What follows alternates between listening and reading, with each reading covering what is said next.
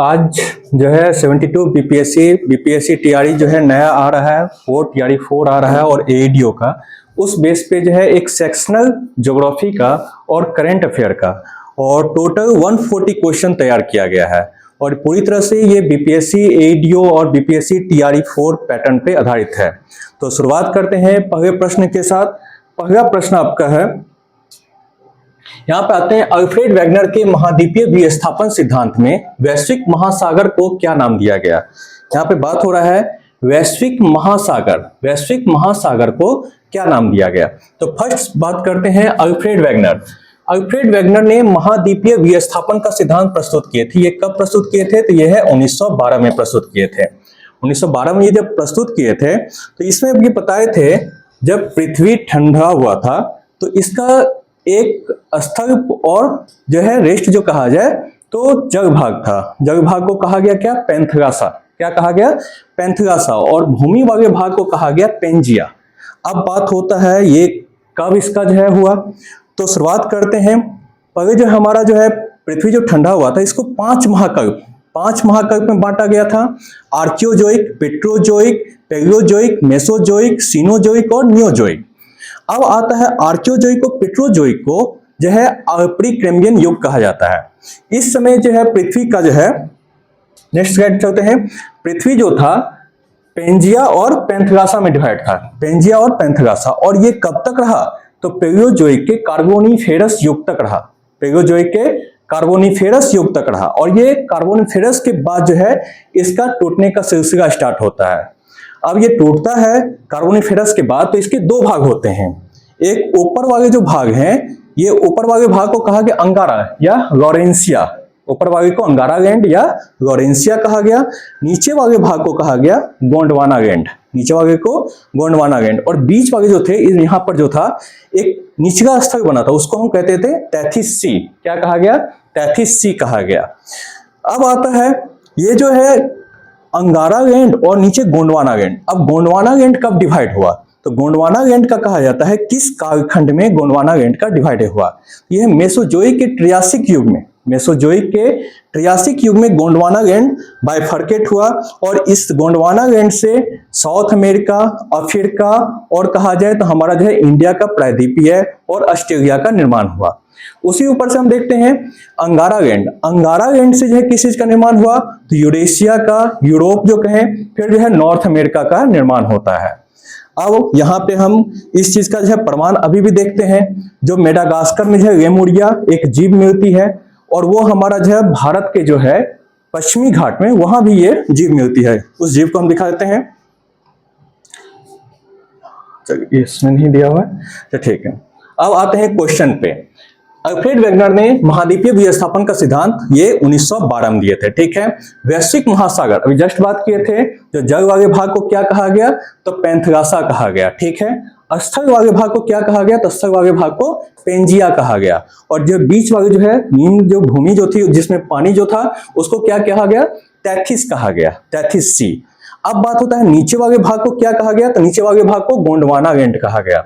ऊपर वाले भाग को क्या कहा गया? तो ऊपर वाले भाग को लॉरेंसिया या अंगारा लैंड कहा गया। तो इससे अल्फ्रेड वेगनर से संबंधित जो है 1912 में ये महाद्वीपीय सिद्धांत दिया था। अब आता है क्वेश्चन, जो अल्फ्रेड वेगनर ने महाद्वीपीय जो विस्थापन का सिद्धांत दिए थे, अब ये क्या बात रखे जिसके कारण जो है हम कहें जो ये पेंजिया का पैंथगासा और पेंजिया का जो है गोंडवाना और अंगारा लैंड में डिवाइड हुआ?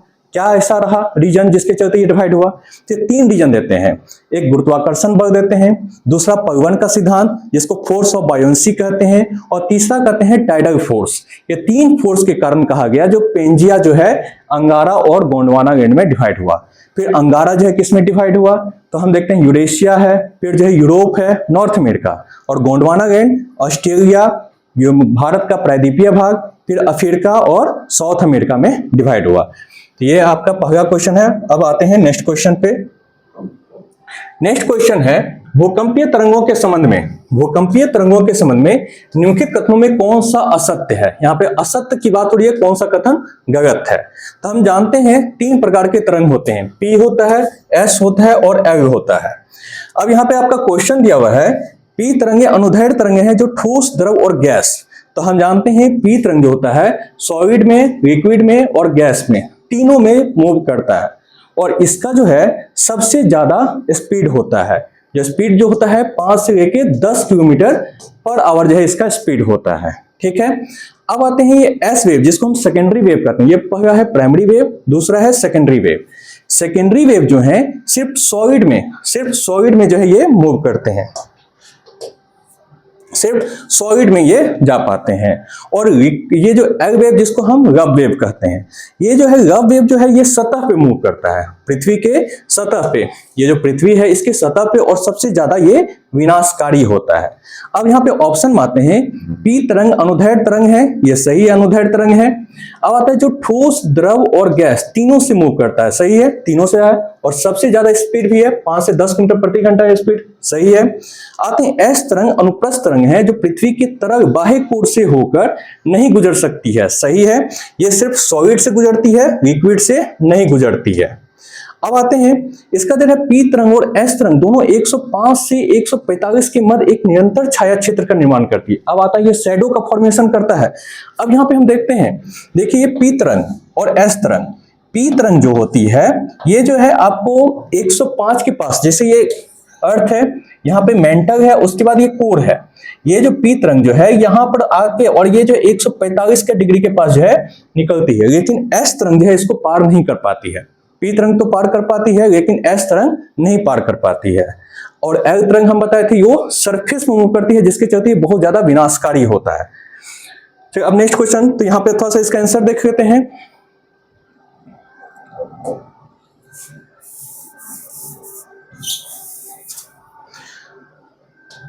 देखिए पी तरंग अनुदैर्घ्य तरंग है, जो ठोस, द्रव और गैस तीनों माध्यम से मान गमन करती है, सही है। एस तरंग अनुप्रस्थ तरंग है, जो पृथ्वी को तरल बाह्य कोर से होकर नहीं गुजर सकती है, सही है। पी तरंग, एस तरंग दोनों 105 डिग्री से 145 के मध्य एक निरंतर छाया क्षेत्र का निर्माण करती है, यह भी सही है। एल तरंग सबसे तीव्र गति वाली भूकंपीय तरंग है, अभी जस्ट पढ़े थे। पी तरंग जो है सबसे तीव्र है, एल तरंग सबसे तीव्र नहीं है, तो यहीं पे आपका जो है क्या हुआ, गलती हो गया। पी जो है सबसे तीव्र नहीं है, सबसे धीमी है, सबसे धीमी है। ठीक है, तो ये आपका डी ऑप्शन गलत है। फिर आगे चलते हैं, ये भूकंपीय तरंग है, सही है। ये सर्वाधिक विनाश करती है, तो ये सही है, विनाश सबसे ज्यादा करती है लेकिन सबसे धीमी है, तीव्र नहीं है। तीव्र कौन है, तो पी सबसे ज्यादा तीव्र है। तो वही यहाँ पे हम थोड़ा सा देखते हैं, एक्सप्लेनेशन जो है दिया हुआ है। पी तरंगे प्राथमिक प्रकृति है, संपीड़न अनुदैर्घ्य तरंग जो है जमीन को धक्का देती है और खींचती है और इससे चट्टान के कण की यात्रा दिशा के समांतर कंपन करते हैं। गति सबसे तेज भूकंपीय तरंग है और 5 से जब कहा जाए तो 14 प्रति सेकंड, जिसका अर्थ है कि भूकंपीय स्टेशन पर सबसे पहले पहुंचती है, ये सबसे पहले पी तरंग पहुंचती है। एस तरंग देखिए, इसको हम सेकेंडरी वेव कहते हैं और ये अनुप्रस्थ तरंग है, जमीन के अगल बगल ऊपर नीचे हिलाती है, जिसकी कणों की जो प्रसार की दिशा लंबवत होती है और गति पी तरंगों की तुलना में धीमी, लगभग 1.7 गुना या 3 से 8 किलोमीटर प्रति सेकंड है। तो इससे क्या हुआ, प्राइमरी से इसका जो है वे स्पीड क्या है, एस का कम है। अब आते हैं एल तरंग। एल तरंग देखिए ये सतही तरंग है और ये जो है रव तरंग भी इसे कहते हैं, थोड़ा सा ध्यान देना है। एल तरंग क्या है, एक प्रकार का इसको रव तरंग का भी संज्ञा दिया गया है, जो पृथ्वी के आंतरिक भाग के बजाय उसकी बाहरी परत के साथ साथ गति सबसे धीमी गति से चलने वाली भूकंपीय तरंग है, जो भूकंप मापी यंत्र पर सबसे अंत में पहुंचती है। तो ये देखिए ये सबसे लास्ट में पहुंचती है। ये आपका फुल एक्सप्लेनेशन है। जब आते हैं आधारभूत चट्टान को ढकने वाली अवक्षयित चट्टान, यहां ध्यान दीजिएगा, अवक्षयित चट्टान और मृदा की स्थिर परत को क्या कहते हैं। अब यहाँ पे देखिए ह्यूमस है, आवरण प्रस्तर है, संप्रदा है, बेडरॉक, सिल्ट है और प्रयास नहीं किया गया। तो अब यहाँ पे आते हैं, ये इस तरह से लेयर में चले जाते हैं। यहाँ पे थोड़ा सा ये हमारा जो है सॉइल का जो है लेयर में बांटा गया है। ऊपर वाला जो रहता है इसे हम कहते हैं ह्यूमस कहते हैं, जिसमें क्या होता है, वनस्पति का अवशेष और कहा जाए तो जीव का जो है सूक्ष्म जैविक जो है वो कन्वर्ट हो जाता है, किसमें, कार्बनिक में कन्वर्ट हो जाता है। और जो है पेड़ के लिए जो है जो पेड़ लगाते हैं उसके बहुत ही महत्व उपजाऊ हो जाता है, अच्छा सिद्ध होता है। उसका सेकेंड पाता है सरफेस सॉइल, ये सरफेस है और ये दो जो है इसी को कहा जाता है क्या, सोयम कहा जाता है। यहाँ पे हम क्वेश्चन देखे थे, क्वेश्चन पूछ रहा है आधारभूत चट्टान को ढकने वाली, आधारभूत चट्टान नीचे जो बेडरॉक है, ठीक है, उसको ढकने वाली मृदा की स्थिर परत को क्या कहते हैं। यहाँ पे ह्यूमस है, आवरण प्रस्तर है और संपदा है। तो संप्रदा है, तो यहाँ पे आते हैं देखिए पहला तो मेरा ये हो गया, ह्यूमस हो गया। ये जो है उसका जो है कहा जाए ए और बी, जिसको हम संपदा कहते हैं। और यहाँ पे ये जो सी है, इस सी को ही हम कहते हैं रेगोवित। रेगोवित और रेगोवित को ही हम कहते हैं आवरण प्रस्तर। क्या कहते हैं? आवरण प्रस्तर, जो बेड रॉक के ऊपर रहता है, बेड रॉक के ऊपर रहता है। अब यहाँ पे आते हैं, इसके बारे में समझ लेते हैं। रेगोस क्या है? कंबल है। लिथोस क्या है? इससे जो है जिसको हम कहते हैं चट्टान का कंबल कहते हैं। इसमें है धूल, बालू, मिट्टी, मलबे के कण शामिल होते हैं। और अब आता है इसका और क्या होता है, ये जो है आपको एज, टॉप सॉइल और जो है बी क्षितिज के ऊपरी उप मिट्टी में आता है। मतलब ए और बी के ओ जो है जस्ट यहाँ पे पाया जाता है ये। ठीक है, अब आते हैं नेक्स्ट है, जब कोई नदी अपने विसर्प रूप को काटकर, देखिएगा विसर्प रूप को काटकर सीधे बहने लगती है तो बनने वाली अर्धचंद्राकार झील को क्या कहते हैं? अर्धचंद्राकार झील को क्या कहते हैं? ऑप्शन में क्रेटर झील, गोखुर झील, पगाया झील और रेगुन झील। तो हम आते हैं इस चारों के बारे में जानते हैं। ये क्रेटर झील क्या होता है? जब ज्वालामुखी जो है, ज्वालामुखी उद्गार होता है और जो है उसके बाद ये शांत हो जाता है, तो बारिश की पानी जो है इसमें जो है जमा हो जाती है। बारिश की पानी इसमें जमा हो जाती है तो एक क्रेटर झील का। अब यही क्रेटर झील जब बड़ा हो, मतलब इसका 1 किलोमीटर से ज्यादा एरिया हो जाता है, इसको कागडेरा कहते हैं। ये क्रेटर झील जब बारिश की पानी हो गई तो झील बन गया, यहाँ पे झील बन जाता है। अब इसी का एरिया जो है कहा जाए ये बड़ा हो जाए, बड़ा हो जाए तो इसको कहेंगे कागडेरा कहेंगे, इसको कागडेरा कहते हैं। ठीक है, अब आता है गोखुर झील किसे कहते हैं? तो गोखुर झील उसे कहते हैं जो नदी अपनी प्रौढ़ अवस्था को, मतलब प्रौढ़ अवस्था मतलब अपनी पूरी तरह से संतृप्त हो चुका है अपने। जैसे हम देखते हैं ये सरफेस है, सरफेस में जो है जब नदी जो है इस पे बहती है और उसके पूरे काटते हुए जब वहां पे एक आधार तल को प्राप्त कर लेती है, उस नदी को कहते हैं हम प्रौढ़ नदी कहते हैं। और दक्षिण भारत की जितनी भी नदी है वो सब प्रौढ़ अवस्था को पहुंच, मतलब प्रौढ़ अवस्था में आ चुकी है। अब बात होता है जितनी भी प्रौढ़ अवस्था वाली नदी है वो सब क्या करती है? गोखुर झील का निर्माण करती है। जब बाढ़ का क्षेत्र आएगा तो वो जो है नदी जो है इस तरह से इसे जैसे ऐसे ऐसे नदी बहती है। बाढ़ का जब क्षेत्र आएगा तो ये नदी जो है अपना शॉर्टेस्ट डिस्टेंस पार करना चाहती है, शॉर्ट डिस्टेंस छूना चाहती है। जैसे यहाँ पे नदी है, बह रही है, ये क्या होगी? सीधा यहाँ पे आएगी और फिर यहाँ पे आएगी तो ये यहाँ पे आ जाएगी। तो ये जो देख रहे हैं ये वाला जो भाग है, इस तरह का जो निर्माण होता है इसी को कहते हैं ऑक्सबो या गोखुर झील कहते हैं। वही क्वेश्चन है अर्धचंद्राकार, तो देख रहे हैं आकार कैसा है? अर्धचंद्राकार बन रहा है, तो इसे हम कहते हैं गोखुर झील कहते हैं। अब आते हैं प्यागा किसे कहते हैं? प्यागा कहें या बॉल्सन कहें या ढांग कहें, धांत कहते हैं। और ये प्यागा, बॉल्सन या धांत ये बनता है कहाँ पे? मरुस्थल में बनता है। जब बारिश होती है और बारिश का पानी एक क्षेत्र में जो है जमा हो जाता है, जो है मरुस्थलीय क्षेत्र में जो जमा हो जाता है उसी को हम प्यागा कहते हैं। क्या कहते हैं? प्यागा कहते हैं। अब आता है रैगुन किसे कहते हैं? तो रैगुन उसे कहते हैं जो समुद्र का या नदी का पानी एक जो है स्थल भूमि में प्रवेश कर जाता है और दोबारा वो फिर जो है वो समुद्र में नहीं जा पाता है, तो उस वो रैगुन का निर्माण करता है। अब इमेज के साथ देखते हैं इसको थोड़ा सा। देखिए ये रैगुन है, ये गोखुर है, ये इस तरह से इसे विसर्प का निर्माण कर रहा है। ठीक है, इस तरह से कर रहा है। अब यही जो है बाढ़ का अगर क्षेत्र आएगा, बाढ़ होगा तो ये क्या होगा? अपना शॉर्टेज डिस्टेंस पाएगा। तो ये क्या हुआ? एक अर्धचंद्राकार का निर्माण किया। क्या किया है? अर्धचंद्राकार का निर्माण करता है। इस तरह से जो है अर्धचंद्राकार का निर्माण करता है। अब यहाँ पे आते हैं, ये हमारा जो है क्या है? क्रेटर। देखिए ये ज्वालामुखी है, इस पे जो है बारिश की पानी जो है क्या हुई? भर गया।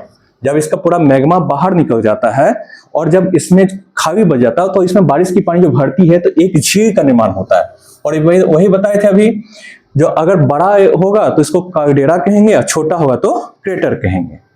अब आते हैं बॉल्सन। बॉल्सन बताए थे या प्यागा बताए थे या धांध बताए थे, वो कहाँ होती है? मरुस्थल में। और ये क्या होता है? बारिश हुआ और एक क्षेत्र में जो है पानी जमा हो जाता है, ठीक है, और धीरे धीरे वो सूख जाता है। ये इसको हम कहते हैं बॉल्सन या प्यागा या धांध कहते हैं। अब आते हैं रैगुन का। रैगुन क्या था? जो बोले थे समुद्र के नजदीक में समुद्र की पानी जो है क्या होती है? सरफेस में प्रवेश करती है और दोबारा ये पानी जो है समुद्र में नहीं जा पाती है, तो रैगुन झील का निर्माण होता है। रैगुन झील कौन है भारत का? तो चिल्का झील जो उड़ीसा में स्थित है वो रैगुन निर्मित झील है। चलो नेक्स्ट क्वेश्चन पाते हैं। किस भू आकृति प्रक्रिया को चट्टानों के बिना किसी क्षैतिज विस्थापन के स्वस्थानीय यांत्रिक विघटन और रासायनिक अपघटन के रूप में परिभाषित किया जाता है? अब बात होता है ये चट्टान है, ठीक है। हम जानते हैं चट्टान जो होता है बारिश के कारण, हवा के कारण, इसके कारण जो क्या होता है, क्रैक होता है, टूटता है या परत होता है। जैसे हम पढ़े हुए हैं आर्कियन चट्टान, धारवाड़ चट्टान, फिर जो है आपको कुडप्पा का चट्टान, विंध्यन चट्टान, फिर आपका जो है डक्कन ट्रैप, गोंडवाना गैंड। ये जो है आर्कियन चट्टान का टूटा तो फिर बना क्या, धारवाड़ चट्टान बना, परत हुआ बारिश के कारण जो है, ये हवा के कारण।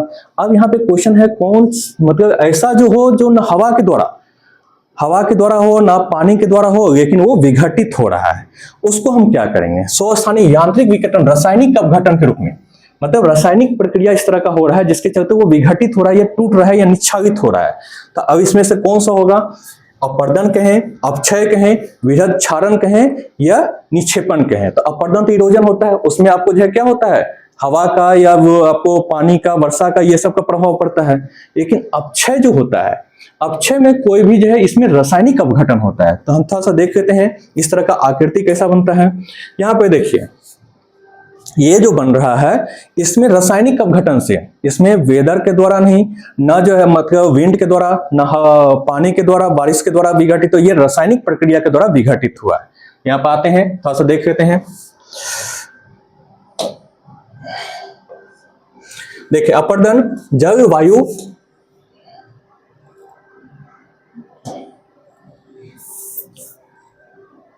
देखिए ये अपर्दन किसे कहते हैं, तो यहाँ पे जो है जल वायु बर्फ यहाँ पे दे रहा है, जो क्या होगा इसमें किस चीज का योगदान हो रहा है, जल का, वायु का, बर्फ जैसी प्राकृतिक शक्ति द्वारा चट्टान या मिट्टी का घिसना, चट्टान या मिट्टी का घिसना उसका परिवहन होता है, ठीक है। अब आते हैं अपक्षय क्या है, तो पृथ्वी के सतह पर चट्टानों या खनिज के बिना गति के टूटना, मतलब कोई चीज का गति नहीं हो रहा है लेकिन फिर वो क्या है, टूट रहा है, उसको हम क्या कहते हैं, अपक्षय कहते हैं। या मास वेस्टिंग किसे कहते हैं, या अपक्षय को हम कह सकते हैं क्या इंग्लिश में, वेदरिंग। या अपक्षय को वेदरिंग, अपर्दन को इरोजन, विरध क्षारण को मास वेस्टिंग, और जो निक्षेपण को डिपोजिशन कहते हैं। तो देखिए मास वेस्टिंग में क्या होता है, गुरुत्वाकर्षण का, इसमें जो क्या होता है, ग्रेविटेशन का जो लगता है और उससे जो है निच्छादित होता है, ये टूटता है, उसको हम कहते हैं मास वेस्टिंग कहते हैं। अब ये टूटा और कहीं पे जमा हो जाता है, उसको क्या कहते हैं, डिपोजिशन। ये भूवैज्ञानिक प्रक्रिया जिसमें अवसाद मिट्टी या चट्टान किसी भू आकृति या भूभाग से जुड़ जाती है, उसे हम डिपोजिशन कहते हैं। चलिए नेक्स्ट क्वेश्चन पाते हैं। नेक्स्ट क्वेश्चन है, ज्वालामुखीयता अंतर्वेदी आग्नेय अस्त्राकृति के संबंध में निम्नलिखित तत्वों पर विचार कीजिए। अब बात होता है हमारा ये पृथ्वी है, ठीक है, बीच में कोर है और उसके बाद क्या है, मेंटल है जो लिक्विड स्टेट में है। यही जो है ऊपर जाता है और जो है क्या करता है, एक ज्वालामुखी से बाहर निकलता है। हम कहते हैं जो पृथ्वी का सुरक्षा भाग भी कहते हैं, अगर ज्वालामुखी ना हो तो क्या होगा, बहुत ज्यादा भूकंप आएगा, पृथ्वी पे एक्सेस भूकंप आएगा। तो ज्वालामुखी होने के चलते क्या होता है, भूकंप कम आता है। अब आता है ये जो निकलता है, कोर से जो निकलता है, तो कहीं जो है जैसे ही निकल रहा है और रास्ता में ही जो है वो जम गया, यहीं पे जो है वो क्या हुआ, ठंडा हो जाता है और जम जाता है। फिर आगे आता है तो और थोड़ा सा एक दूसरा शेप तैयार करता है, फिर आगे आता है तो दूसरा शेप तैयार करता है। तो इस तरह से सबका नामांकन है। अब नामांकन क्या है तो उसमें देखते हैं, यहाँ पे देखते हैं, देखिए ये कोर से निकला, यहाँ पे लावा मैग्मा जिसको कहते हैं, मैग्मा निकला और आता है तो यहाँ पर जो ऐसे करके जम गया, यहीं पे उसको ठंडक मिल गया और यहीं पे वो जम जाता है। तो इस जमने पर उससे क्या कहते हैं, उसे हम बैथोविथ कहते हैं। क्या कहते हैं, बैथोविथ कहते हैं। फिर आगे चलते हैं, यहाँ पर देखिए ये जो इस तरह का एक प्यागा टाइप का बन जाए, ठीक है, प्यागा टाइप का बन जाए तो उसे हम कहते हैं रैपोविथ कहते हैं। क्या कहते हैं, रैपोविथ कहते हैं। अब आता है ये देखिए, ये यहाँ पर जो एक छतरी नुमा तैयार का क्वेश्चन आता है, बताइए जो है अस्त्राकृति जो बनती है पृथ्वी के अंदर, जो गुंबदकार और छतरी नुमा बनती है, उसे क्या कहते हैं। उसमें आपको ये चार ऑप्शन दे देगा, रैपोविथ, रैकोविथ, जो है बैकोविथ और डाइक, ये चार ऑप्शन दे देगा और कहेगा ये कौन सा होगा। तो यहाँ पे ध्यान दीजिएगा, ये छतरी नुमा और गुंबदकार होता है, उसे हम क्या कहते हैं, उसे कहते हैं रैकोविथ कहते हैं। अब थोड़ा सा ध्यान दीजिएगा, यहाँ पे एक और चीज है, जैसे ऊपर चढ़ा और एक सीट की तरह तैयार हो जाता है, ठीक है, एक लंबा सीट की तरह जो है आके और यहीं पर जम गया, इसे क्या कहते हैं, उसे हम सिर कहते हैं। क्या कहते हैं, सिर कहते हैं।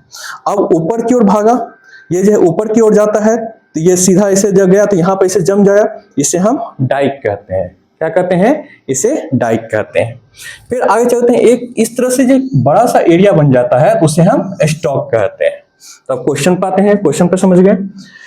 यहाँ पे दे रहा है बैतूलित विशाल भूमिगत मैग्मा कक्ष जो पर्वतों को क्रोड का निर्माण करती है। जस्ट पढ़े थे, क्रोड से ही निकलती है तो बैतूलित का निर्माण होता है। ठीक है, फिर आते रैक्विज जो क्षितिज संस्तर के अनुदिश स्थित तस्तरीनुमा, यहाँ पे देखिए यही जो तस्तरीनुमा ना होकर ये छतरीनुमा, क्या होगा? छतरीनुमा और गुंबदकार। तो यहीं पे ये क्या हो गया? ये गलत हो गया। तो ये ध्यान रखना है, तस्तरीनुमा ना होके छतरीनुमा। आते हैं सिर अवसादी परत के समांतर क्षैतिज चादरनुमा। हम पढ़े थे सिर क्या है? एक चादर की तरह ऐसे था, जमा हुआ था, तो उसको सिर कहें। तो इसका कथन क्या हो जाएगा? एक सही हो जाएगा, दो सही हो जाएगा और दो गलत हो जाएगा और तीसरा सही होगा। तो एक और तीन कथन सत्य, एक और तीन कथन सत्य होगा। चलिए अब नेक्स्ट क्वेश्चन पाते हैं। नेक्स्ट क्वेश्चन है भू आकृतिक कारकों और उनसे संबंधित भू आकृतियों का निम्नलिखित में से कौन सा युग्म गलत सम्मिलित है? अब बात होता है कौन कौन है? पवन के द्वारा निर्मित होता है, हिम के द्वारा निर्मित होता है, फिर आपका भूमिगत जो है होता है। ठीक है, तो अब आते हैं यहाँ पे दे रहा है भू आकृतिक कारक। यहाँ पे भू आकृतिक कारक जो है और भू आकृतियों का निम्नलिखित में से कौन सा युग्म सम्मिलित है? कास्ट प्रक्रिया, कास्ट जो होता है, कास्ट प्रक्रिया द्वारा जो है क्या होता है? हिमानी प्रक्रिया से कौन बनता है? पवन प्रक्रिया से कौन होता है? नदी प्रक्रिया से कौन सा निर्माण होता है? तो यहाँ पे देखिए, अब आते हैं थोड़ा सा जो है समझ गए इधर। देखिए ये जो है देख रहे हैं इस साइड डायग्राम, मशरूम रॉक हुआ, ठीक है, फिर यार्डंग हुआ, ठीक है, इंसेबर्ग हो गया, जोजेन हो गया, बायुका स्तूप हो गया, पिडमोंट हो गया, वार्त गर्त हो गया और जो है ये प्यागा बेसिन हो गया। ठीक है, ये सब जो होता है पवन के द्वारा निर्मित होता है। अब यहाँ पे कोई चट्टान है, बड़ा सा चट्टान है, हवा बहा और क्या किया? इसका जो है इसको अपर्दित करते गया, अपर्दन करते गया और ये कन्वर्ट हो गया क्या? मशरूम में, मशरूम स्ट्रक्चर में तैयार हो जाता है। तो ये क्या हो गया? Mushroom rock. क्या हो गया? मशरूम रॉक हो गया। वही देखिए जो यहाँ पे चट्टान है और ये पूरी तरह से कट गया, तो ये जो है इसको नाम दिया गया क्या? यार्डंग। क्या कहा गया? यार्डंग। फिर इस तरह का चट्टान है अपर्दित हुआ तो इसको कहा गया इंसेबर्ग कहा गया। फिर आते हैं ये जो है देखिए यहाँ पे हम देखे तो क्या ऊपर में हो गया और यहाँ पे क्या हो गया? उसी तरह का हुआ, तो यहाँ पे क्या है? जोजेन कहें। अब आते हैं बायुका स्तूप। अब कभी कभी आता है बरखान का, ठीक है, बरखान और कारवां, जैसे मरुस्थल में जो होता है, जो ऊंट लेके जो चलते हैं तो वो कहां से चलते हैं? तो इस तरह का एक जो है हवा चलती है और जो है बालू का कण जो है जमा होकर इस तरह का निर्माण करता है, इस तरह का निर्माण होता है। फिर जो है यहाँ पे एक तरह का इस तरह से निर्माण होता है, इसको हम बरखान कहते हैं। अब ये बरखान जो होता है इसके बीच में ही जो है मरुस्थल में जो चलते हैं ऊंट लेके, इसके बीच से ही चलते हैं और ये जो बीच से चलते हैं इसका नाम क्या रखा है? इसका नाम रखा जाता है कारवा, इसको कारवा कहा जाता है। ठीक है, चलिए अब आते हैं, ये सब मेरा क्या था? ये सब था हवा के द्वारा, पवन के द्वारा निर्मित था, पवन के द्वारा निर्मित भू आकृति या अस्थिकाकृति था।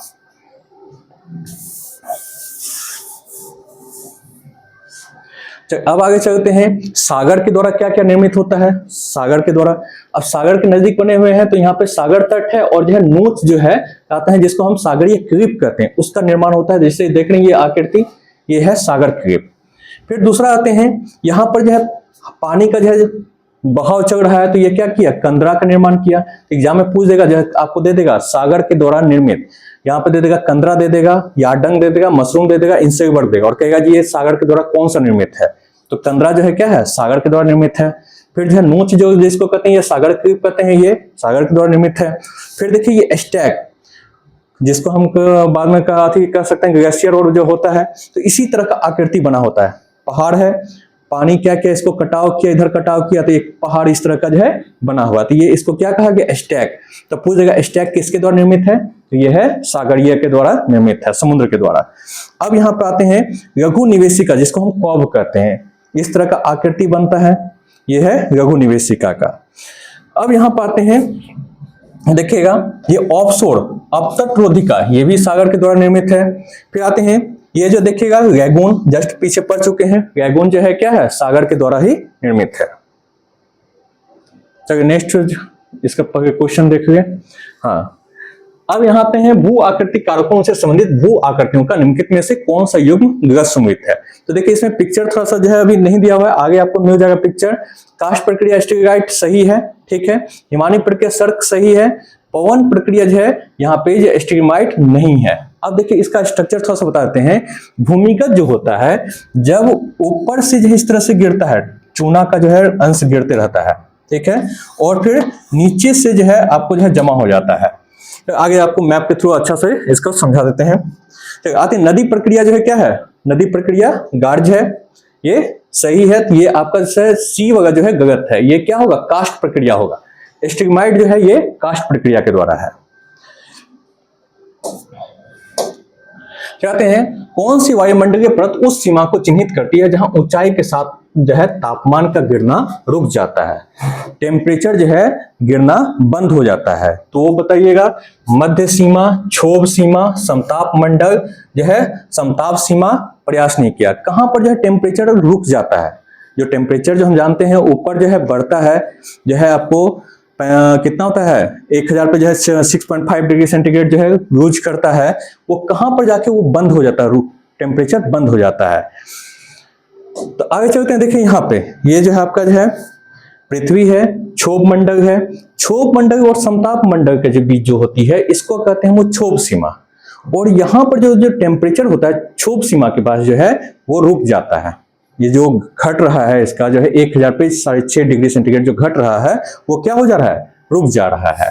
यहाँ पर देखिए थोड़ा सा, या क्षोभ सीमा उसे कहते हैं जो क्षोभ मंडल और समताप मंडल के अलग करने वाली संक्रमण सीमा है। और ये जो है यह तापमान का यहाँ पे क्या होता है, गिरना बंद हो जाता है। ये क्षोभ सीमा के पास जो है तापमान अपना टेम्परेचर गिराना बंद कर देता है। नेक्स्ट क्वेश्चन देखिए, इसमें क्या होगा इसका आंसर, इसका आंसर हो जाएगा क्षोभ सीमा। चलो अब आते हैं क्वेश्चन पे। यहाँ पे है बरखान है, केनियन है, सिंकहोल है और हिमोड मारेन है। अभी जस्ट बताए थे बरखान, बरखान का निर्माण कहाँ पे होता है, बरखान का निर्माण होगा ये पवन जो है निक्षेपीय स्तूप होगा, ठीक है। केनियन का निर्माण कहाँ पे होगा, सिंकहोल का निर्माण कहाँ होगा, हिमोड का निर्माण कहाँ होगा। तभी आपको जो है इसमें आपको पूरा डायग्राम मिल जाएगा। देखिए पवन द्वारा निर्मित, पवन द्वारा निर्मित अब अपर्दन के द्वारा किस चीज का निर्माण करेगा, और निक्षेप मतलब जो इरोजन के द्वारा और डिपोजिशन के द्वारा। तो अपर्दन मतलब जो है इरोजन के द्वारा वार्तगर्त है, इंसेक्टबर्ग है, मशरूम रॉक है, निमाइसाग है, जोगेन है, डार्गेन है और डाइकेंटर है और जगह जो है सिगा है। अब देखिए यहाँ पे जागीदार सिगा क्या है, एक चट्टान है इस तरह का, हवा जो है क्या किया यहाँ पे इसको छेद करते चला जाता है, इस तरह का छेद कर दिया। ये कहाँ मरुस्थल में होता है। ये किस तरह का निर्माण हुआ, तो जागीदार सिगा का निर्माण होता है। फिर देखिए कॉरिडोर है, वायु का स्तूप है, बरखान है, लोयस मिट्टी है, बाल्सन है, प्यागा है, बजादा है और पीडमोंट है। पीछे आपका यहाँ पे भी देखिए, यहाँ पे है ही, ये देखिए वायु का स्तूप, वायु का स्तूप है। ये किसका है, तो ये निक्षेप है और ये पवन के द्वारा निर्मित है। फिर आते हैं लोयस मिट्टी, लोयस मिट्टी भी क्या है, पवन के द्वारा निर्मित है और निक्षेप जो है डिपोजिशन के द्वारा है। चलिए नेक्स्ट क्वेश्चन पे आते हैं। यहाँ पे देखिए स्थल, अभी जस्ट पीछे का क्वेश्चन था जिसको हम बोले थे आगे बताएंगे। यह स्थल के द्वारा अपर्दन के द्वारा क्या बनता है, रैपीज, रैपीज है, घोरंद है जिसको हम सिंक कहते हैं, ठीक है, डोगाइन है, युवागा है, कास्ट खिड़की है, पोवेज है, अंधी घाटी है, कंदरा है और प्राकृतिक पुल है। तो थोड़ा सा देख लीजिएगा यहाँ पे। देखिए एक स्थल है जिसमें एक इस तरह का जो है गड्ढा तैयार हो जाता है, ठीक है, ये गड्ढा हो गया तो युवागा है, यहाँ पे इसको डोगाइन। अगर बड़ा सा जो है इस तरह का जो है आकृति तैयार हो जाता है तो इसको पोजे कहते हैं। क्या कहते हैं, पोजे कहते हैं, ठीक है। अभी पीछे आपका क्वेश्चन था जो है यहाँ पे स्टिग्मेटाइट और जो है यहाँ पर और था स्टिग्मेटाइट था और एक है कंदरा स्तंभ। देखिए ये जो होता है ये चूना वगैरह, चूना का पहाड़ पर्वत जहां पे स्थित होता है वहां पे जो है इस तरह का जो है आकृति का निर्माण होता है। ऊपर से जो है छत पर से ये टपक रहा है, ठीक है, ये टपकते टपकते टपकते जो है यहाँ पे जमा हो और इस तरह का आकृति तैयार हो जाता है। मतलब नीचे अगर फर्श से जो है अगर तैयार होता है तो इसे कहते हैं स्टिग्मेट, जो है स्टिग्मेटाइट कहते हैं, ठीक है। अगर ये छत से, ये देखिए ये फर्श से अगर तैयार हो रहा है तो स्टिग्मेटाइट कहें, और छत से अगर हो रहा है तो स्टिग्मेटाइट कहते हैं। यहाँ पे क्वेश्चन तैयार होता है छत से इस तरह का जो आकृति तैयार होगा, छत से इस तरह का आकृति तैयार होगा तो स्टेट टाइट कहेंगे। अगर ये जो मीट कर जाए, पूरा नीचे मीट कर जाए, इसको हम कहेंगे कंदरा स्तंभ कहेंगे। क्या कहेंगे? कंदरा स्तंभ कहेंगे। चलिए, व्यापीज ये हुआ, इस तरह का जो है आपको जो उंगलीनुमा रचना बन जाए तो इसे हम व्यापीज कहते हैं। फिर भूमिगत में जिस तरह का जो है गड्ढा तैयार हो जाए, छिद्र हो जाए, इसे हम कहते हैं सिंक होल कहते हैं या घोल रंध्र कहते हैं। तो ये आपका जो है समुद्र के द्वारा, ये पीछे बता चुके हैं। तो इसमें थोड़ा सा ध्यान देगा, आपका क्वेश्चन आ जाएगा स्टेक किससे निर्मित है? पवन के द्वारा निर्मित है या काष्ठ के द्वारा निर्मित है या समुद्र के द्वारा निर्मित है? तो जो है स्टेक किससे है? समुद्र के द्वारा। तो ये आपको याद करना होगा, महराब, तटीय कंदरा, तटीय क्यूब, ठीक है, लघु निवेशिका, ये सब किससे है? समुद्र के द्वारा। और किससे? ये अपर्दन है। तो बस अपर्दन नहीं याद है, लेकिन ये पूछा जाता है समुद्र के द्वारा, पवन के द्वारा, हिमानी के द्वारा। ये किससे निर्मित है? ये समुद्र के द्वारा है। स्टैक, महराब, तटीय कंदरा, लघु निवेशिका। फिर यहाँ पे देखिएगा एक और आता है, हुक के बारे में पूछा जाता है। हुक है, पुईन है, रोधिका है, सीट है और रूप है और टोम्बोलो। ये सब भी जो है किससे है? समुद्र से, लेकिन ये निक्षेप बगा है। अब आते हैं नेक्स्ट क्वेश्चन पे। निम्न में कौन सा जनक अवसादी चट्टान कायांतरित होकर जो है क्वार्टजाइट का निर्माण करती है? हम देखे थे मैग्मा निकलता है, शुरुआत होता है इंजीनियस रॉक से, इंजीनियस कन्वर्ट होता है किसमें? मेटामॉर्फिक से, सेडिमेंट्री, उसके बाद मेटामॉर्फिक होता है। अब आता है कौन सा जो है अवसादी चट्टान जो कायांतरित होकर जो है क्वार्टजाइट का निर्माण करता है? पढ़े होंगे कौन कौन सा चट्टान कायांतरित हो रहा है। तो यहाँ पे आते हैं, देखिए कौन सा चीज है चट्टान, अवसादी चट्टान जो है क्वार्टजाइट का निर्माण करती है? ये चूना पत्थर है, भगवा पत्थर है, सेल है, ग्रेनाइट है। तो कोयला कन्वर्ट हो जाता है ग्रेनाइट में। अब इसका उत्तर हो जाए क्वार्टजाइट जो होता है, ये भगवा पत्थर जो होता है, ये कन्वर्ट होता है किसमें? क्वार्टजाइट में रूपांतरित होता है। चलिए यहाँ पे देखिएगा, मैग्मा जो है इसका ठंडा होता है तो क्या बनाया? इंजीनियस रॉक बना, ठीक है। फिर ये हीट और प्रेशर इसको मिला, ये मेटामॉर्फिक रॉक का फॉर्मेशन करता है, ठीक है। फिर यही आगे जाके आपको देखिए, फिर ये जो है क्या होता है? सेडिमेंट होता है और कन्वर्ट होता है फिर सेडिमेंट्री रॉक्स में। यहाँ पे देखते हैं इंजीनियस रॉक जो है मैग्मा या लावा के ठंडे होने से बनती है। मैग्मा या लावा जब ठंडा होता है तो कौन सा बनता है? आग्नेय सेल या इंजीनियस सेल कहते हैं, जैसे ग्रेनाइट होता है। सेडिमेंट्री रॉक आते हैं आग्नेय सेल के टूटने पे, ये इंजीनियस रॉक जो है टूटने पर जो है क्या बना? तो सेडिमेंट्री रॉक्स बना, ठीक है। जमने पर बनती है जैसे बलुआ पत्थर। अभी जस्ट क्वेश्चन आपका था क्या? जब बलुआ पत्थर जो है किसमें रूपांतरित होगा? अगर कहते तो यहाँ पे ग्रेनाइट जो रूपांतरित किसमें? तो बलुआ पत्थर। लेकिन बलुआ पत्थर किसमें रूपांतरित हो रही है? तो क्वार्टजाइट में। अब ये क्वार्टजाइट जो है कैसा चट्टान है? ये है एक रूपांतरित चट्टान है, मेटामॉर्फिक रॉक है, ठीक है। तो बलुआ पत्थर जो है कन्वर्ट हो रहा है किसमें? इसको ऊष्मा मिल रहा है, हीट मिल रहा है, और जो एक प्रेशर मिलता है तो ये कन्वर्ट हो जाता है किसमें? क्वार्टजाइट में कन्वर्ट हो जाता है। तो इसका आंसर क्या होगा? जो है क्वार्टजाइट का निर्माण कौन करेगा? तो बलुआ पत्थर जो है क्वार्टजाइट का निर्माण करेगा। ये सेडिमेंट्री से किस में कन्वर्ट हो रहा है? मेटामॉर्फिक में कन्वर्ट हो रहा है। चलिए नेक्स्ट क्वेश्चन पे आते हैं। जस्ट इसके बारे में बता चुके हैं। कालडेरा क्या है? जो क्रेटर का जो है बड़ा, जो कहा जाए जिसका एरिया बड़ा होता है उसको हम कहते हैं कालडेरा कहते हैं। तो ऑप्शन देखिए, दो हिमानी सर के मध्य स्थित एक तीव्र संकीर्ण कटक नहीं, ठीक है। ज्वालामुखी की धंसने से निर्मित एक विशाल कटोरानुमा गर्त, तो ये ज्वालामुखी के धंसने से निर्मित एक विशाल कटोरानुमा गर्त जो बनेगा उसे हम कालडेरा कहेंगे, और छोटा गर्त बनेगा तो उसको क्रेटर कहेंगे। तो देखिए यहाँ पे आपका ये जो है इस तरह का एक विशाल गर्त बन रहा है। इसका एरिया जो है 1 किलोमीटर के बराबर होता है, 1 किलोमीटर से अधिक ही होता है। इसको कहते हैं कालडेरा कहते हैं। यहाँ पे देखिए कालडेरा एक बड़ा कटोरा या कढ़ाई के आकार का ज्वालामुखी गड्ढा होता है, ज्वालामुखी के फटने और उसके खाली हुए मैग्मा चैम्बर के ढह जाने से बनता है। और यहाँ पे देखिएगा इसके विस्फोट के बाद मैग्मा का भंडार खाली हो जाता है और ऊपर का ज्वालामुखी का हिस्सा अंदर की तरफ धंस जाता है। हम देखे थे बारिश का पानी इसमें भरा, ये देखें बारिश का पानी भरा तो एक बड़ा झील का निर्माण होता है। जैसे अमेरिका में आपका जो है येलोस्टोन कालडेरा, ये है क्रेटर लेक, यही जो है आपका झील का निर्माण हो रहा है। अब आगे चलते हैं। कोई आपतित सौर विकिरण और परावर्तित सौर विकिरण के अनुपात को किस शब्द द्वारा परिभाषित किया जाता है? हम जानते हैं हमारा सन का रेज जो है पृथ्वी पर पड़ता है, कौन जो है सबसे ज्यादा जो है सन की रेज को वापस भेज देता है, ठीक है, और कौन जो है सबसे ज्यादा एब्जॉर्ब कर लेता है। अब जो सबसे ज्यादा जो भेजता है उसके मापन को हम क्या कहते हैं? ठीक है, तो वही क्वेश्चन पूछ रहा है, जो सौर विकिरण है उसको परावर्तित सौर विकिरण के अनुपात को किस शब्द द्वारा परिभाषित करते हैं। जो सौर जो है सन की जो रेज है उसके रेडिएशन को पूरी तरह से जो भेजना है, पूरी तरह से भेजता उसको हम क्या कहते हैं। तो ऑप्शन है सूर्यताप, दूसरा एल्बिडो, तीसरा है प्रकीर्णन, चौथा है वैश्विक विकिरण। तो सबसे ज्यादा जो भेज देता है 90 to 95% जो होता है, ये जो मापन जो होता है उसको हम कहते हैं एल्बिडो। क्या कहते हैं? एल्बिडो कहते हैं। अब सबसे ज्यादा पूछा जाता है कौन हमारा पृथ्वी पे है जो सबसे ज्यादा एल्बिडो का करता है, सबसे ज्यादा भेज देता है। तो हमारा जो है पहाड़ पे जो ग्लेशियर होगा, ठीक है, वो सबसे ज्यादा 90 to 95% जो हमारे सन को रेज को क्या करता है, भेज देता है। इसके चलते वो क्या होता है, ग्लेशियर नहीं पिघलता है, वो पिघलने से बच जाता है। यहाँ पे देखिए सन की जो है लाइट है वो आया इस पे और 85 to 90% वो क्या किया, रिटर्न कर दिया। लेकिन वही अगर हमारा जो कहा जाए भूमि हो, स्थल हो, यहाँ पे अगर सन की रोशनी आती है तो वो जो है 20% ही या 10% ही रिफ्लेक्ट कर पाता है।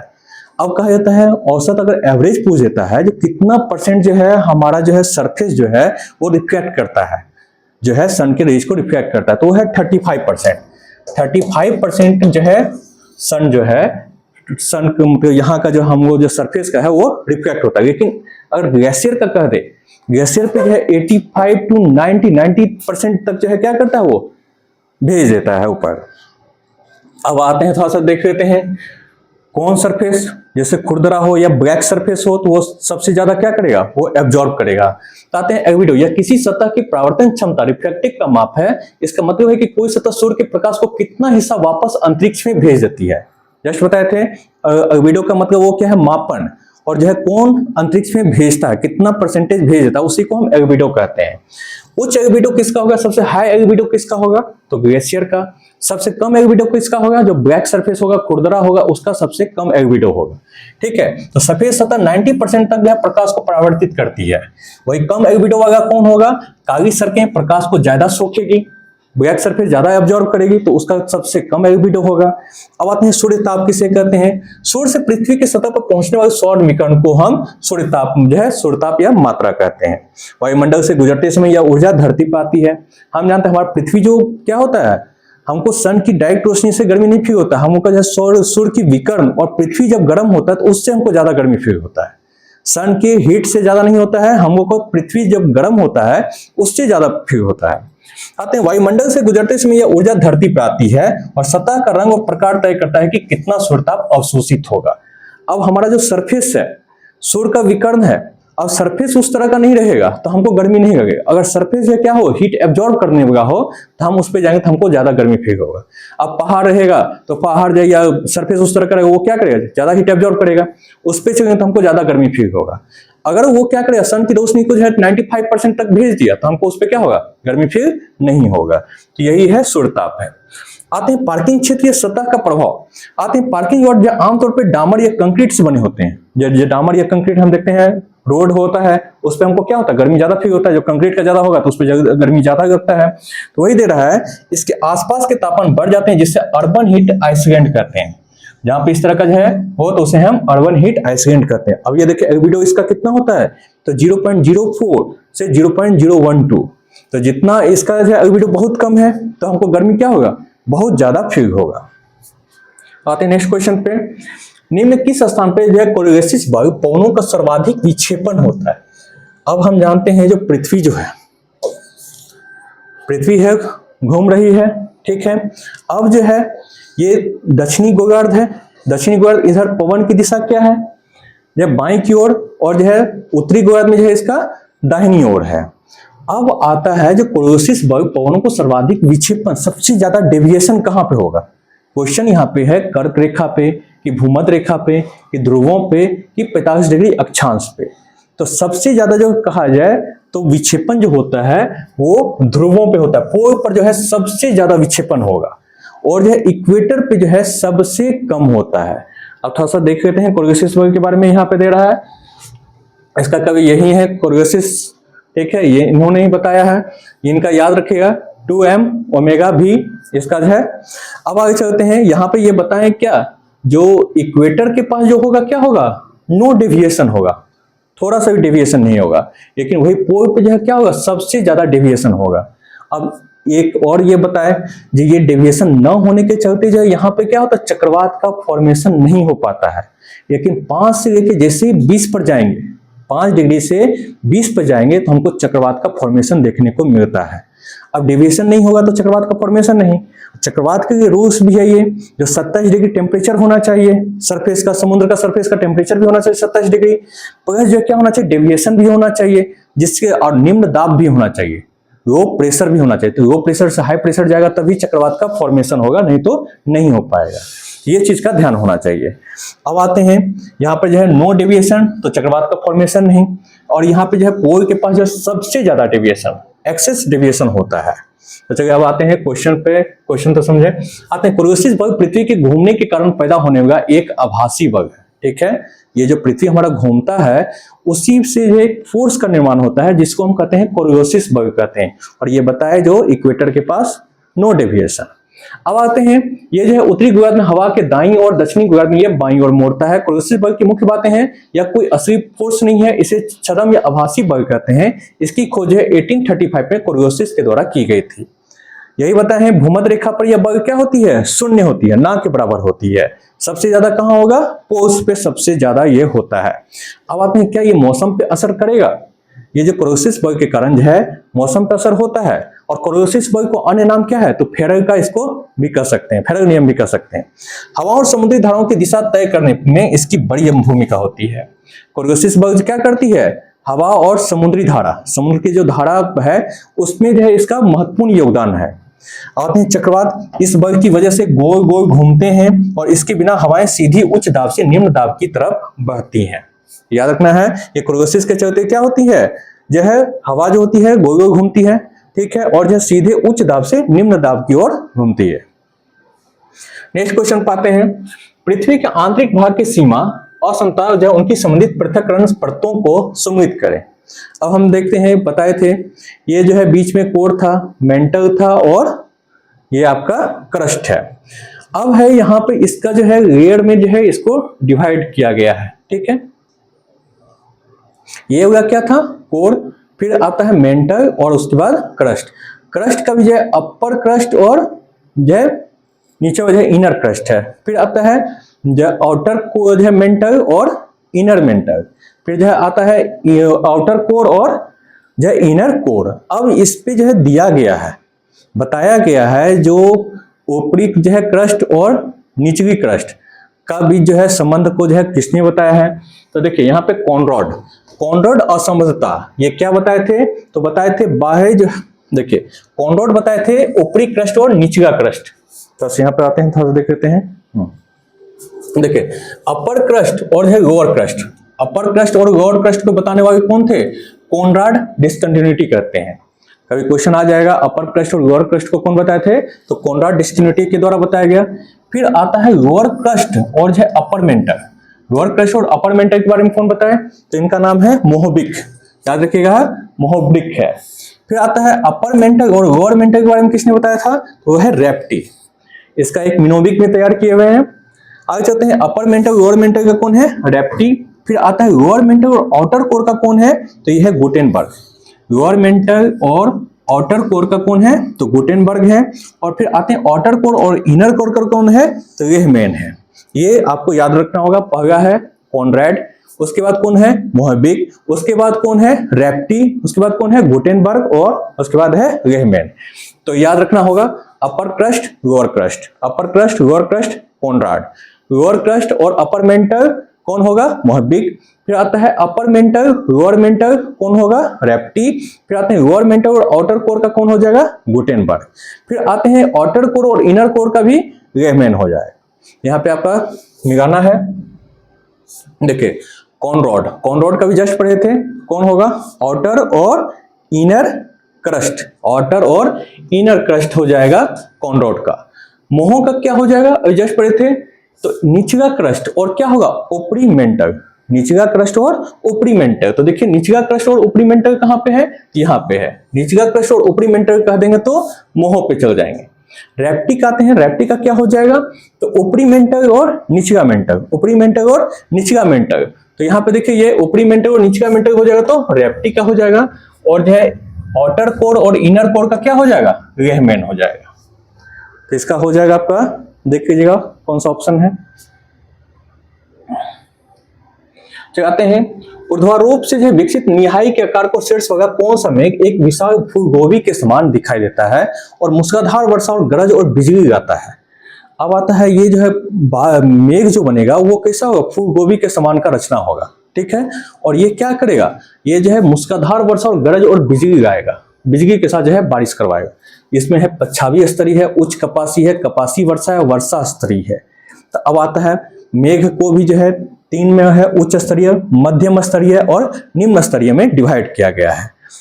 तो अब आता है ये कौन सा हो जाएगा, इसमें आता है ये कपासी वर्षा। देखिए कपासी वर्षा जो होता है सबसे ज्यादा जो मूसलाधार वर्षा और गरज और बिजली गिराता है।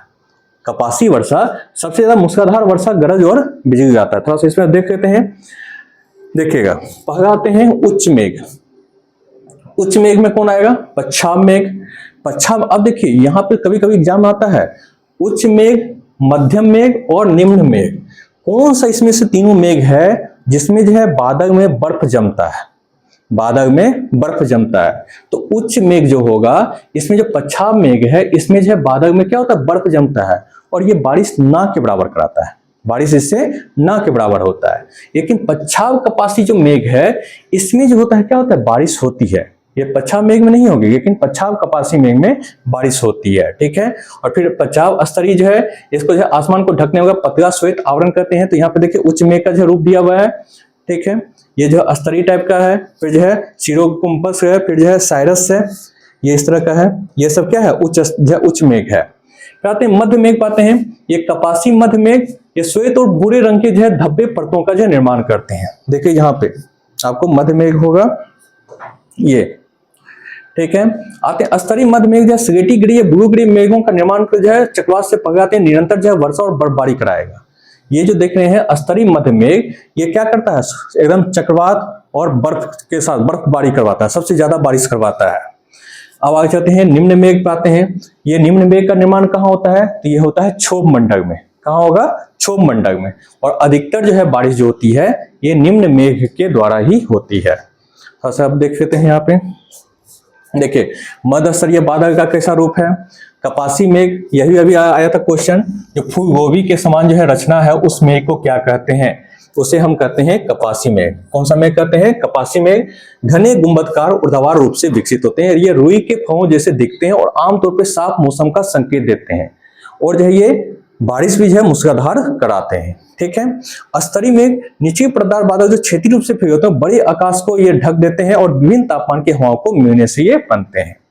कहते हैं वर्षा मेघ, देखिएगा मोटे गहरे रंग के मध्य स्तर के बादल जो लगातार बारिश को बूंदाबूंदी गाते हैं और इतने घने होते हैं कि ये जो सूर्य को प्रकाश को रोक देते हैं। देखिए ये घना जो है भूरा रंग का होता है। ये आते हैं ऊंचाई के आधार पर बादलों का वर्गीकरण। यहाँ पे देखिएगा उच्च स्तरीय बादल का जो है वो कितना होता है, 6 से 12 किलोमीटर। जो उच्च होगा वो 6 से 12, मध्य होगा वो 6 से लेके 2 तक और निम्न जो होगा वो 2 से नीचे होगा। आते हैं 30 से 35 अक्षांशों के मध्य स्थित उष्णकटिबंधीय उच्च दाब के कटिबंध को किस नाम से जाना जाता है। यहाँ पे बात हो रहा है 30 से 35 अक्षांश, 30 से 35 अक्षांश के मध्य उच्च कटिबंध को किस नाम से जानते हैं। शांत कटिबंध, अक्षांश, गरजता चालिसा, ITCZ, प्रतिच्छेदन। तो कौन सा जो है 30 से 35 अक्षांश को कहेंगे, तो इसका उत्तर हो जाएगा अश्व अक्षांश। अब इसके बारे में थोड़ा सा बता देते हैं।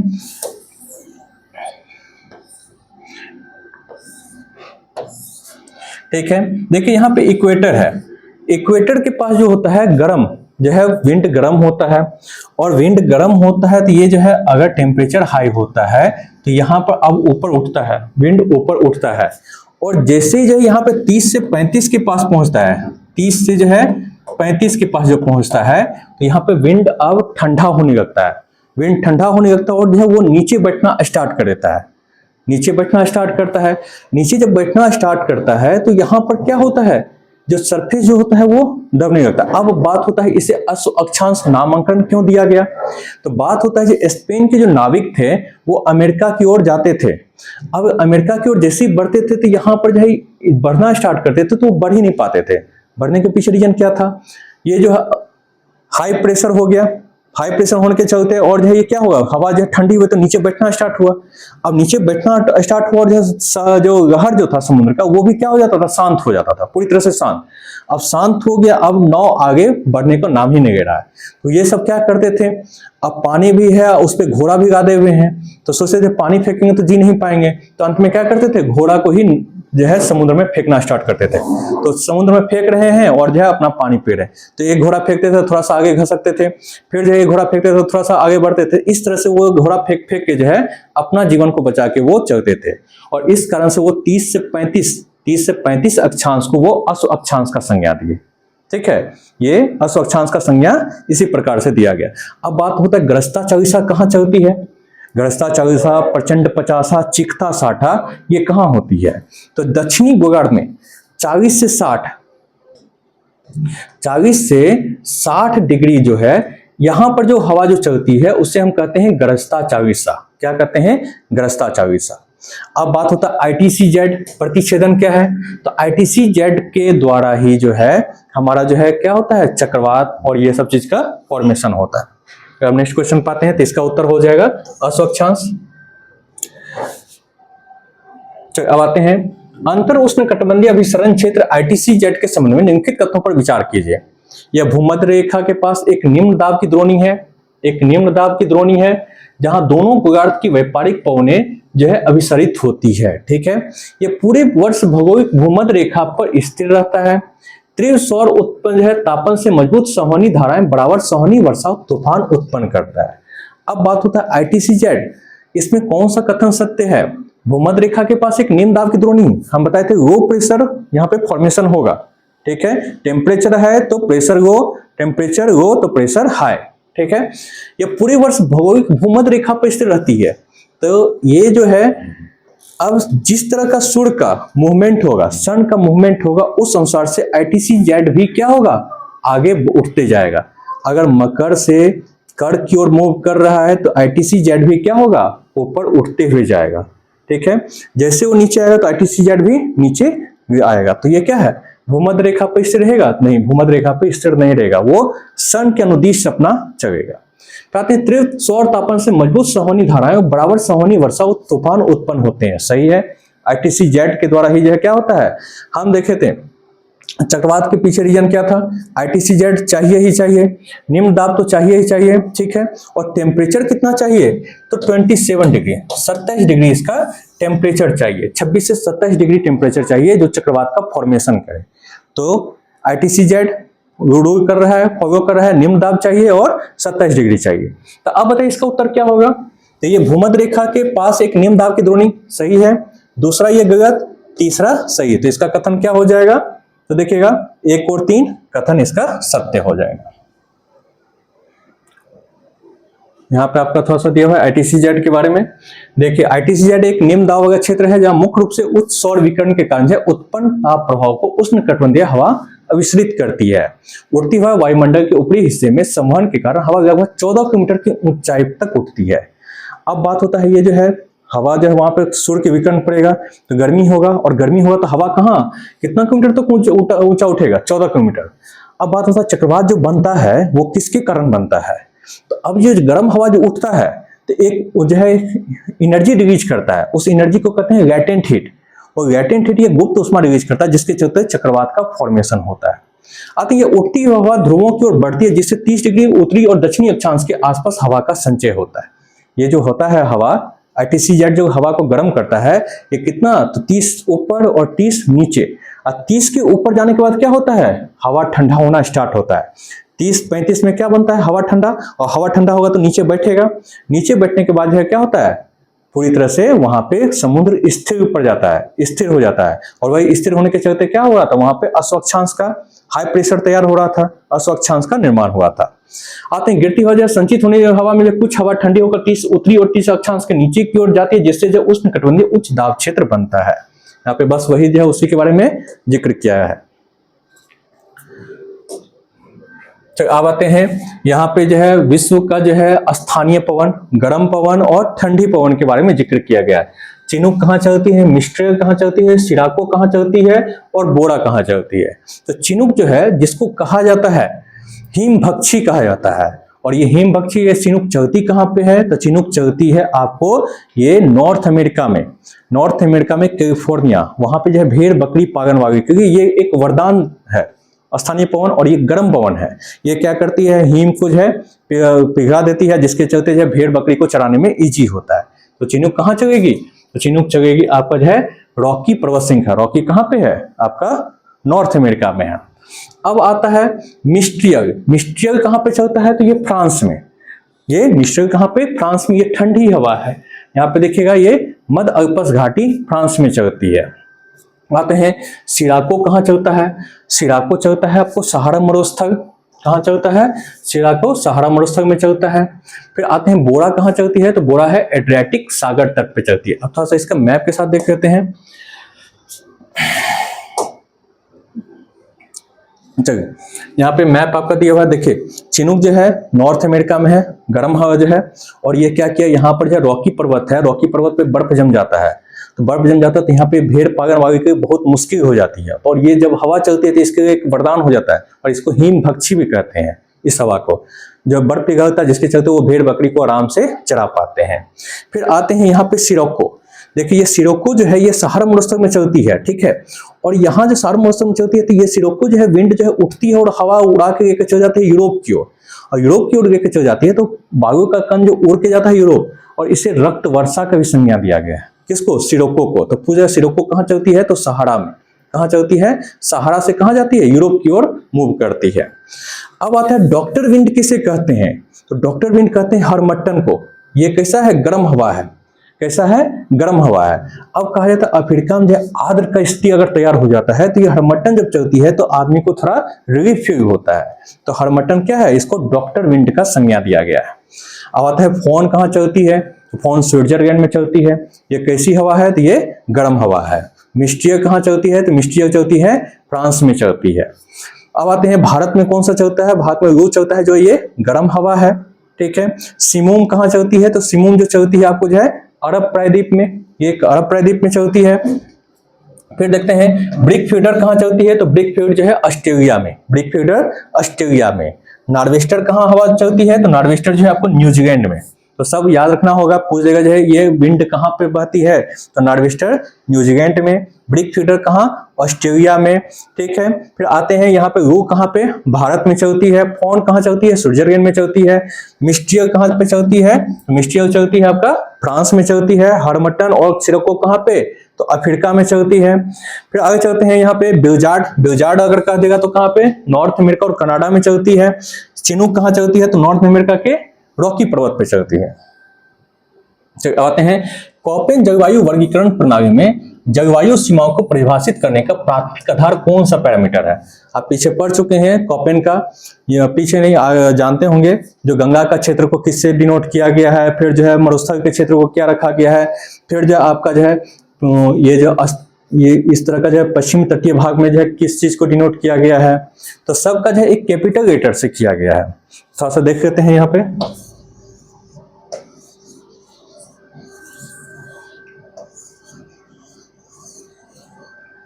देखिए ये जो है आपका जो है राजस्थान है। यहाँ पर जो है इसको जो शुष्क क्षेत्र है इसको बी से डिनोट किया गया। फिर आते हैं ध्रुवीय क्षेत्र। ऊपर वाला जो ध्रुवीय क्षेत्र है इसको कहा गया है ई से, इसको ई से रखा गया है। फिर आते हैं यहाँ पर जो है शीत वाला जो क्षेत्र है, पूर्वोत्तर का क्षेत्र है, इसको बड़ा डी से रखा गया है, डी से। आर्द्र वाला क्षेत्र, ये जो आर्द्र वाला क्षेत्र है इसको रखा गया है ए से। और मध्य वाला जो क्षेत्र है इसको जो है बड़ा सी से रखा गया है, ठीक है। याद रखना है ध्रुवीय क्षेत्र ई से, मरुस्थलीय क्षेत्र बी से स्टार्ट होता है, आर्द्र क्षेत्र ए से, और फिर जो बीच वाला जो होगा सी से, और जो पूर्वोत्तर का क्षेत्र जो है उसको डी से रखा गया है।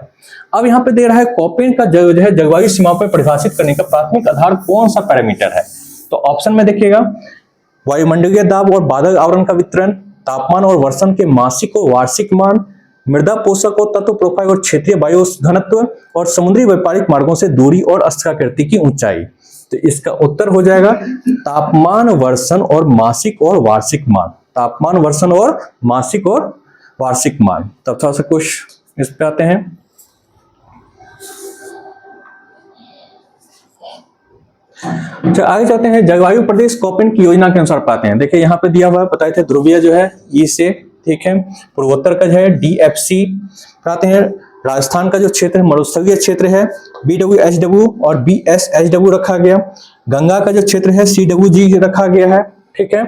अब आगे चलते हैं, यहाँ पे जो आर्द्र वायु क्षेत्र है इसको AMW रखा गया, ठीक है, और अर्ध शुष्क क्षेत्र को BSHW और जो है सूक्ष्म ग्रेन्स को जो है AS रखा गया है। जो एक और है थॉर्थवेट की योजना के अनुसार, यहाँ पे देखिएगा कोपेन दिया अपना जलवायु और एक आता है थॉर्थवेट, इस दोनों में थोड़ा भिन्नता है। थॉर्थवेट और कोपेन में भिन्नता है। भिन्नता क्या है वो देखते हैं। देखिए थॉर्थवेट जो है मरुस्थलीय क्षेत्र को ई से रखे, वही कोपेन जो है मरुस्थलीय क्षेत्र को किस रखे, बी से रखे। दोनों में काफी डिफरेंस है। कभी कभी एग्जाम में यह आ जाता है थॉर्थवेट और कोपेन में मरुस्थलीय कुछ क्षेत्र को एक एक किस जो है वाथी रखें, अंग्रेजी वर्णमाला रखें। तो यहाँ पे देखिएगा मरुस्थलीय को ई रखें और ये जो है बी रखें। फिर आगे चलते हैं, यहाँ पे देखिए आर्द्रवगत क्षेत्र, ये आर्द्रवगत क्षेत्र जो है इसको क्या रखें, ये बी रखें और ये क्या रख दिए, ए से रख दिए। आर्द्रवगत क्षेत्र को ए से रखे हैं। फिर आगे चलते हैं, यहाँ पे ये जो है आपका मध्यभाग तो सी से ठीक है। ई वगैरह कहाँ पे रखे हैं, ये रखे हैं यहाँ पे ई पे, और ई देखिए ई कहाँ पे रखे हैं, ध्रुवीय में रखे हैं ई को। फिर आगे चलते हैं, देखिए ये वगैरह जो क्षेत्र है जिसको ये कोपेन जो क्या रखे, बड़ा डी से रखे हैं और यहाँ पे ये जो है इसको बी से रख दिए हैं, बी और ए से रख दिए हैं। यहाँ पे डी की जगह क्या रख दिए हैं, इसको ए से रख दिए हैं। तो कोपेन का और थॉर्थवेट का दोनों का ध्यान रखना है। ये पूर्वोत्तर में ये ए रखे और पूर्वोत्तर में ये डी रखे। ध्रुव में देखिए यहाँ पर जो है ध्रुव में क्या रख दिए हैं, ध्रुव में ये ब्लैंक छोड़ दिया, ध्रुव में ये ई रखे हैं, ठीक है। फिर देखिए मरुस्थलीय क्षेत्र में ये बी रखे और ये मरुस्थलीय क्षेत्र में क्या रख दिए, ई से रख दिए हैं। चलिए ये आपका जो है वही इनका है। ये जो है लघु शुष्क ऋतुवादी मानसून जलवायु को जो है पश्चिमी घाट जो है इसको जो है AMW से रखते हैं। AS कहाँ रखते हैं, तो AS जो है आपको जो है कोरामंडल और तमिलनाडु तट को जो है हम AS से डिनोट करते हैं। फिर आगे चलते हैं, आंतरिक भाग प्रायद्वीपीय पठार को हम AW से रखे और जो है थार राजस्थान जो है उसको BWHW और गंगा का क्षेत्र को CWG से रखे। नेक्स्ट क्वेश्चन पाते हैं, निम्न में कौन सी परिघटना उस आने वाले उच्च ज्वार का वर्णन करती है जो एक संकीर्ण होती नदी का ज्वार नदमुख में धारा के विपरीत एक तीव्र तरंग का निर्माण करती है। यहाँ पे बात हो रहा है कौन सी परिघटना उस आने वाले उच्च ज्वार का वर्णन करती है जो एक संकीर्ण होती नदी का ज्वार नदमुख में धारा का जो है विपरीत। अब देखिए धारा के विपरीत जो है यहाँ पे क्या कर रहा है, तीव्र तरंग का निर्माण कर रहा है। लघु ज्वार है, ज्वारीय भित्ति ज्वारीय बोर है, भाटा धारा है, रिप धारा है। तो कौन जो है ज्वार नदमुख हम देखे थे जो हमारी दो भारत की नदी है जो ज्वार नदमुख का निर्माण करती है, नर्मदा और ताप्ती ये जो है, और जितनी भी पश्चिम घाट से जो नदी है जैसे ज्वारी मांडवी ये भी ज्वार नदमुख का निर्माण करती है। वहां पर क्या हो रही है, विपरीत तीव्र तरंग का निर्माण हो रहा है। उसे हम क्या कहते हैं, तो उसे हम कहते हैं ज्वार भित्ति या ज्वारीय बोर कहते हैं, ज्वार भित्ति या ज्वारीय बोर कहते हैं। तो यहाँ पे आपका जो है लघु ज्वार के बारे में बताया हुआ है। यह तब आता है जब सूर्य और चंद्रमा एक दूसरे के क्या हो, समकोण पर हो। सूर्य और चंद्रमा एक दूसरे के समकोण पर हो, जब 90 डिग्री का होता है उससे हम कहते हैं लघु ज्वार कहते हैं, ठीक है।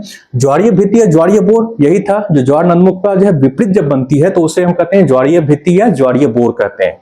यह एक प्राकृतिक घटना है जिसमें जो है होते हुए ज्वार की लहरें एक संकीर्ण नदी या खाड़ी में धारा के विपरीत दिशा में ऊंची लहर के रूप में आगे बढ़ती है, उसे हम कहते हैं ज्वारीय भित्ति कहते हैं।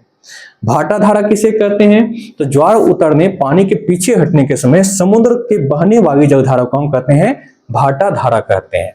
रिप धारा किसे कहते हैं, समुद्र तट से वापस गहरे समुद्र में, आप ध्यान दीजिएगा, समुद्र तट से वापस गहरे समुद्र की ओर तेजी से बहने वाली संकीर्ण और शक्तिशाली जलधारा को हम कहते हैं रिप धारा कहते हैं। अब आते हैं आगे के प्रश्न पे, महाद्वीपीय मगन तट के संबंध में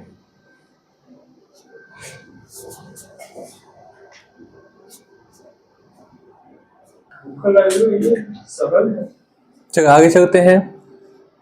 महाद्वीपीय मगन तट के संबंध में निम्नलिखित कथनों पर विचार करें। यह किसी महाद्वीप का समुद्र की ओर एक उथला मंद ढाल वाला विस्तार है जो तीव्र ढाल पर समाप्त होता है, ठीक है। एक उथला मंद ढाल विस्तार है जो तीव्र ढाल पर समाप्त होता है। इसमें समुद्र, मत्स्य पालन क्षेत्र और प्रमुख अपतटीय तेल गैस भंडार पाए जाते हैं। मगन तट की चौड़ाई विभिन्न वैश्विक महाद्वीपीय सीमांतर पर जो है काफी भिन्न होती है। अब यहाँ पे हम देखते हैं महाद्वीपीय मगन तट, ये जो इसमें आ रहा है तीनों कथन इसका जो है सत्य, ये जो है त्रिविभाग पर समाप्त होती है। अब आते हैं मगन तट के बारे में थोड़ा सा देख लेते हैं। देखिए ये जो है सरफेस है और यहां से जब स्टार्ट होता है तो इसी को कहते हैं यहाँ पे जो है मगन तट, ये जो है मगन तट है। अब यहां से जो फिर क्या होता है, एक त्रिविभाग होता है, फिर एक नीतल का प्राप्त होता है, जो है इसको हम नीतल का मैदान कहते हैं। सरफेस के बाद जो स्टार्ट होता है इसको हम मगन तट कहते हैं। अब यहाँ पे मगन तट के बारे में पूछ देता है कितना डिग्री का होता है, तो मगन तट होता है 1 डिग्री के अप्रोक्सीमेट जो है इसका होता है। आते हैं महाद्वीपीय मगन तट। महाद्वीपीय का वह उथला और डूबा हुआ हिस्सा जो समुद्र के भीतर तट के पास फैला होता है। ठीक है, आगे चलते हैं। गहराई या समुद्र तल के आमतौर पर 120 से 180 जो है तक जो है गहराई तक 180 गहराई तक जो है होती है और इसका ढाल बहुत कम होता है, 1 या 0.2 होता है। वहां पे हम देखें सरफेस से मगन तट, ये जो है मगन तट है, इसका कितना होता है 1 से लेके 0.2 डिग्री, 1 से 0.2 डिग्री, बहुत कम होता है। ये कभी डिग्री को एक क्वेश्चन आया हुआ है जो मगन तट की जो है कितनी जो है डिग्री होती है, 1 से 0.2। आपने मगन तट के अंत पर अचानक ढलान तेज होती है। यहाँ पे मगन तट के बाद क्या होता है, इसका ढलान बहुत ज्यादा तेज होता है। ठीक है, जिसे महाद्वीपीय ढलान कहते हैं। अब बात होती है मगन तट का यूज किस चीज में होता है। मगन तट का यूज होता है मछली वाले जो है मछली पकड़ते हैं, प्राकृतिक गैस के भंडार के लिए बहुत उपयोगी है। इसके बारे में अधिकांश जानकारी अब आगे देखिएगा। तो आते हैं सारगेसो सागर पाते हैं। सारगेसो सागर समुद्र विज्ञान में अद्वितीय है क्योंकि यह बिना किसी डैश वाला सागर है।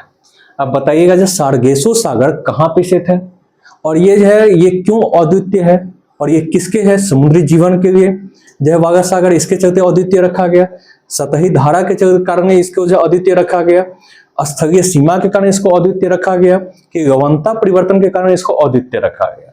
तो किसके कारण अद्वितीय रखा गया इसे, तो यहाँ पे आते हैं ये जो है स्थलीय सीमा, यहाँ पे जो है इसमें कोई स्थलीय सीमा इसमें नहीं है। अब थोड़ा सा इसका देखते हैं, मैप देखते हैं। देखिएगा ये जो है कभी सारगेसो सागर के बारे में पूछ देता है, ये सारगेसो सागर कहाँ पर स्थित है। तो सारगेसो सागर जो है नॉर्थ अमेरिका और साउथ अमेरिका, और यहीं पर जो है ये सारगेसो सागर है। ठीक है, ये सारगेसो सागर। अब सारगेसो सागर क्यों नाम पड़ा, क्योंकि यहाँ पे सारगेसम घास पाया जाता है। सारगेसम घास पाए जाने के चलते जो इसको सारगेसो सागर कहा जाता है और ये फिक्स्ड यहीं पे पाया जाता है। अब इसका कोई स्थलीय सीमा नहीं है, इसका क्या है जो है धारा सीमा बना हुआ है। धारा सीमा आप देखते हैं थोड़ा, देखिए ये उत्तरी अटलांटिक महासागर में स्थित एक अनोखा और शांत जल क्षेत्र है। यह दुनिया का एकमात्र ऐसा सागर है जिसकी कोई तटरेखा या भू सीमा नहीं है, कोई तटरेखा नहीं है। बिना तट का सागर, इसकी कोई जमीनी सीमा नहीं है, चारों तरफ से पानी की धाराओं से घिरा है। ठीक है, यह उत्तरी अटलांटिक महासागर में लगभग 20 से 40 उत्तरी अक्षांश, तो इसका ध्यान देना है। ये कितना होता है, 20 डिग्री से लेके 40 डिग्री जो है उत्तरी अक्षांश में जो ये रहता है। सारगेसो सागर का अगर लोकेशन पूछा जाए तो 20 से 40 कहां पे पूछेगा, तो अटलांटिक महासागर में स्थित है और सीमा कहां पे है, तो नॉर्थ अमेरिका के पास है। अब आता है ये जो है किससे बनाता है अपना सीमा, तो गल्फ स्ट्रीम। यहां पर देखिए इक्वेटर है, एक विषुवतीय वन जो है पवन चलती है। ठीक है, विषुवतीय पवन चलती है और ये जैसी ऊपर जाती है ये कन्वर्ट हो जाती है किसमें, गल्फ स्ट्रीम में। ऊपर से जाती है वो कौन है, लैब्राडोर, जो ठंडी जलधारा है। दोनों जब मिलती है तो यहाँ पर क्या बनाती है, जब प्लैंकटन घास का निर्माण होता है। और प्लैंकटन घास किसके लिए फेमस है, मछली के बहुत जो है फेमस है। और यहाँ पे जो है न्यू फाउंडलैंड एक द्वीप है जहाँ पे बहुत ज्यादा मछली का प्रोडक्शन होता है। क्यों प्रोडक्शन होता है, क्योंकि गर्म जलधारा और ठंडी जलधारा मिलने के चलते प्लैंकटन घास का होता है निर्माण, और प्लैंकटन घास मछली के लिए बहुत ही फायदेमंद होता है। चल आते हैं पश्चिम में, देखिए गल्फ स्ट्रीम। पश्चिम में इधर क्या हुआ है, इसका गल्फ स्ट्रीम हो गया पश्चिम में। ठीक है, उत्तर में देखिए अटलांटिक धारा है। ठीक है, ऊपर में जो है अटलांटिक धारा है जिसको हम ऊपर मारा है लैब्राडोर की जलधारा भी कहते हैं। फिर आते हैं पूर्व में, पूर्व में जो है एक ठंडी जलधारा बहती है जिसको हम कहते हैं कनारी की जलधारा कहते हैं। और दक्षिण में जो उत्तरी विषुवतीय धारा, यही उत्तरी विषुवतीय धारा जो ऊपर चलती है तो यही गल्फ स्ट्रीम में कन्वर्ट होती है।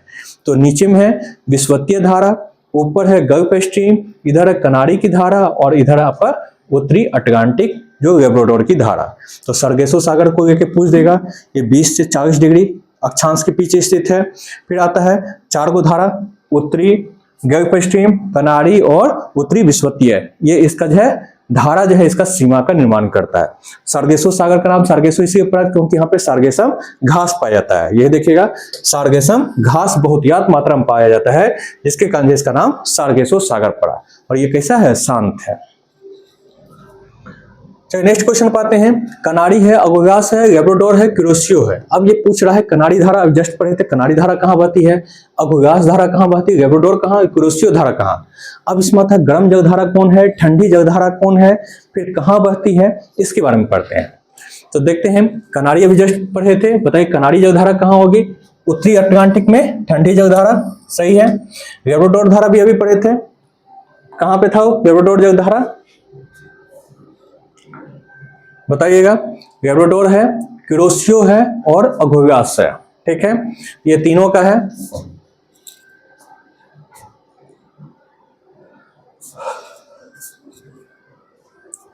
चलिए आते हैं, अगोगास धारा जो है आपका यहाँ पे जो है चल जाएगा, ये उत्तर पश्चिम अफ्रीका के पास है। फिर आ जाते हैं क्यूरोसियो की धारा कहाँ पे चल जाए, तो यह है उत्तरी प्रशांत में जो है ये एक गर्म जलधारा है। तो चलिए आते हैं, थोड़ा सा इसमें मैप में देख लेते हैं।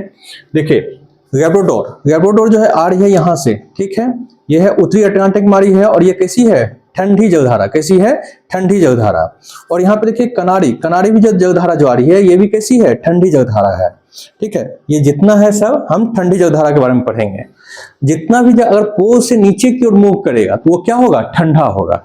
पोल से यहाँ पे देखिए ये भी हमबोर्ड जो है ये भी कैसी है, ठंडी जलधारा है। ठीक है, ये फॉकलैंड की जो जलधारा है ये भी कैसी है, ठंडी जलधारा। अब यहाँ पे क्वेश्चन देता है ठंडी जलधारा होने के बाद जो है ये पूछ देता है किस महासागर में चलती है। देखिए हमबोर्ड और पेरू जलधारा कहाँ पे चला, दक्षिण प्रशांत महासागर में। दक्षिण प्रशांत महासागर में। वही अटलांटिक में पूछा कौन कौन सी जलधारा ठंडी है, तो लैब्राडोर है, कनारी है, फॉकलैंड है, बेगुया है। ये सब क्या है, अटलांटिक में ठंडी जलधारा। कौन है, लैब्राडोर, कनारी, फॉकलैंड और बेगुया जो है ये सब ठंडी जलधारा है। अब चलते हैं हिंद महासागर का पूछ देता है, हिंद महासागर में कौन कौन सी है ठंडी जलधारा, तो पश्चिम ऑस्ट्रेलियन धारा जो है ये एक ठंडी जलधारा है। हिंद महासागर की पश्चिम ऑस्ट्रेलियन जो जलधारा है ये ठंडी जलधारा है। अब आते हैं प्रशांत महासागर का, देख लीजिएगा। अब आता है यहाँ पे क्यूराइड, ये जो है जापान के पास, ये जो है कैसी है, ये ठंडी जलधारा है। फिर आता है ओक्सटाक जो है, ये भी धारा जो है क्या है, ठंडी जलधारा है।